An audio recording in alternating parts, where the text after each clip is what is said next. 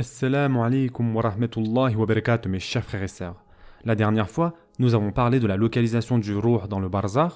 Maintenant que nous avons terminé avec ça, nous pouvons reprendre le sujet sur lequel nous nous sommes arrêtés avant cette longue pause qui est qu'en est-il du Azab al-Qabr? Nous allons voir, Inch'Allah, aujourd'hui, quelles sont les actions qui mènent directement au Azab al-Qabr et ce en s'appuyant sur le Coran et la Sunna. Donc, nous allons voir une liste que l'on peut qualifier d'exhaustive, Inch'Allah. Les conditions pour faire partie de cette liste sont que cela doit être authentique et deuxièmement, que l'action en question doit directement être liée au Azab al-Qabr. Et ce, de façon explicite, que ce soit dans les versets ou dans la Sunna. Parce que, d'une manière générale, nous pouvons dire que chaque péché peut potentiellement mener au Azab al-Qabr, n'est-ce pas? Mais nous, ce que nous voulons savoir ici, c'est ce que Allah subhanahu wa ta'ala et son messager sallallahu alayhi wa sallam ont dit de manière explicite concernant les actions qui mènent directement au Azab al-Qabr. Et donc, avant de commencer, comprenons l'importance de cela et parlons du hadith terrifiant qui se trouve dans Sahih Muslim, dans lequel Anas ibn Malik radiallahu anhu dit « J'ai entendu le prophète sallallahu alayhi wa sallam dire « C'est uniquement parce que vous arrêteriez d'enterrer vos morts que je n'ai pas fait de dua à Allah pour que vous puissiez entendre ce que je suis en train d'entendre, c'est-à-dire le Azab al-Qabr. » C'est un hadith terrifiant, mes chers frères et sœurs, car le prophète sallallahu alayhi wa sallam nous dit clairement que si nous pouvions entendre l'Azab al-Qabr, nous arrêterions d'enterrer nos morts. Arrivez-vous à imaginer, mes chers frères et sœurs? Et d'ailleurs, l'imam al-Qurtubi commence le chapitre concernant l'Azab al-Qabr dans son livre sur le Barzakh et il dit « Non, l'Azab al-Qabr n'est pas destiné uniquement aux kafirs, ni il n'est réservé uniquement aux munafiq, mais plutôt certains des croyants vont eux aussi être punis par l'Azab al-Qabr. Et cette catégorie de personnes sont ceux qui ont commis des péchés qui méritent d'être punis par l'Azab al-Qabr. » Maintenant que nous avons dit tout ça, commençons notre liste. En numéro 1, et c'est bien sûr évident, ce sont les kafirs et en numéro 2, les munafiq. Les kafirs et les munafiq sont les seuls qui sont mentionnés de manière explicite dans le Coran concernant l'Azab al-Qabr. Il n'y a aucune référence concernant les croyants et le Azab al-Qabr dans le Coran. Nous avons les références de cela seulement dans la Sunna. Donc le Coran indique l'Azab al-Qabr pour deux catégories de personnes qui sont d'une part les kafirs et d'autre part les munafiq.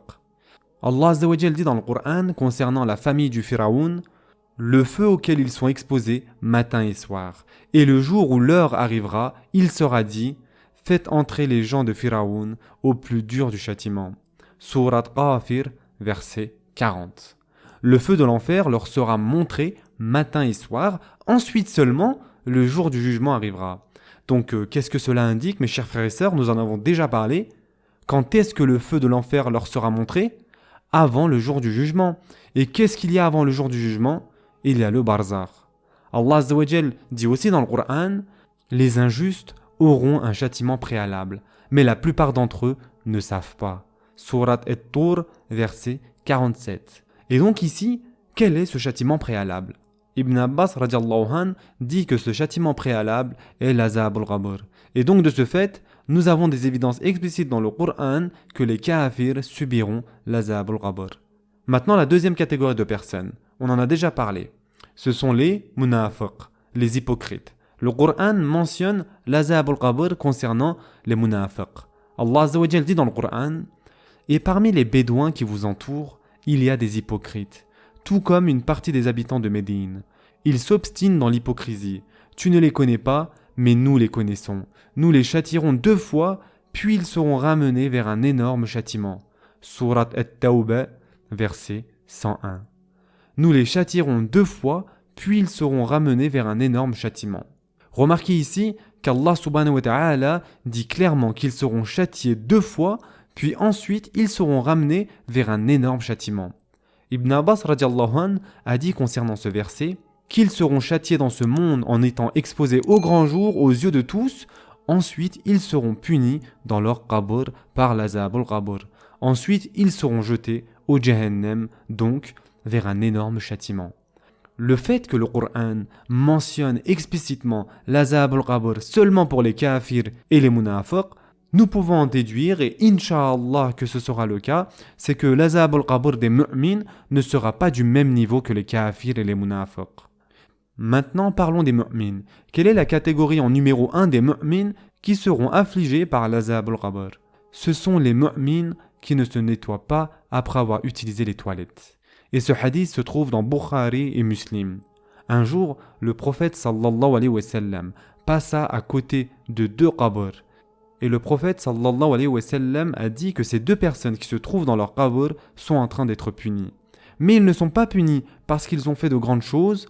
Ensuite, le prophète sallallahu alayhi wa sallam dit « Non, ce sont de grandes choses. » Concernant le premier, il ne se protégeait pas contre son urine. Et le prophète sallallahu alayhi wa sallam a aussi dit, et ce hadith se trouve dans le Sunan al-Nisa'i, et c'est une narration très intéressante et elle est authentique. Un jour, le prophète sallallahu alayhi wa sallam avait besoin de se soulager. Et donc, il est parti derrière les buissons et il s'est assis pour se soulager. Et l'un des munafiq s'est moqué de cela. Et il a dit « Regardez, il est en train d'uriner comme une femme. » Vous avez compris, dans leur culture, lorsque l'homme urinait, il le faisait debout. Et notre prophète sallallahu alayhi wa sallam s'est assis et donc ce munafiq s'est moqué de ça en disant que ce n'est pas comme ça qu'un homme devrait uriner. Et donc, lorsque le prophète sallallahu alayhi wa sallam est revenu, il a été informé de cela. Et le prophète sallallahu alayhi wa sallam a dit « Ne savez-vous pas ce qui est arrivé aux bénis Israël ? Ils avaient l'habitude de couper n'importe quelle partie d'un vêtement sur lequel il y avait des gouttes d'urine dessus. Et ceci leur a été commandé par Allah Azza wa Jal.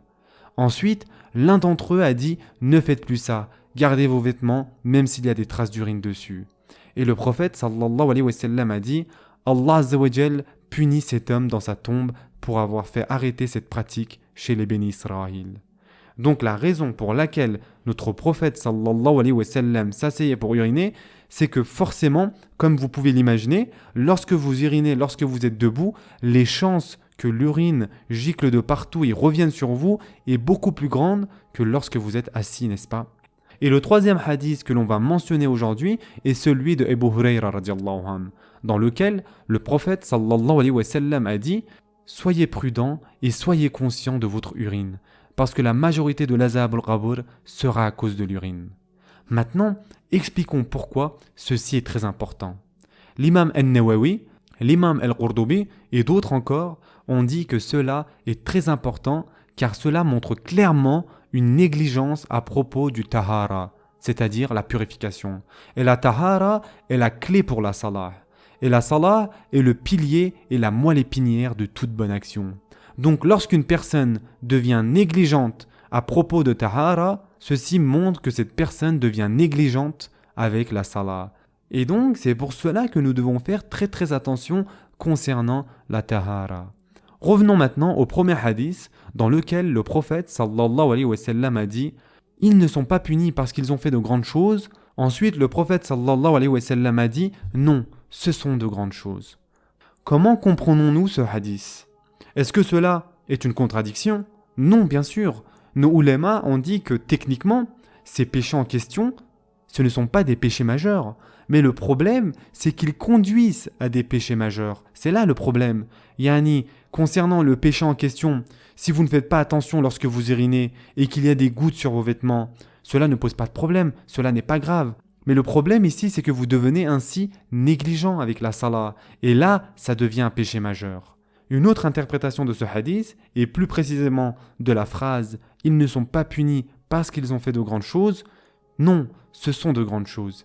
L'interprétation ici est qu'ils sont punis pour des choses pour lesquelles, s'ils avaient fait ne serait-ce un tout petit peu attention, ils auraient pu les éviter. Mais ils ne les ont pas évités. Donc ça peut aussi être interprété de cette manière. Ce sont deux interprétations valides. Et le point important ici, mes chers frères et sœurs, c'est que nous devrions tous nous souvenir de ce hadith, et plus précisément ici je parle à nos frères qui sont le plus souvent moins négligents concernant ce sujet. On va s'arrêter ici pour aujourd'hui. En attendant, prenez soin de vous mes chers frères et sœurs, et à très prochainement, Inch'Allah.